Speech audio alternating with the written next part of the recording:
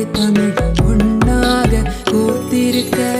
மளிகை சாமான் சேர்த்து சேர்த்து எழுதி வச்ச சமையலும் மனசுக்குள்ள இருந்ததெல்லாம் போட்டு வடிச்ச கவிதையும்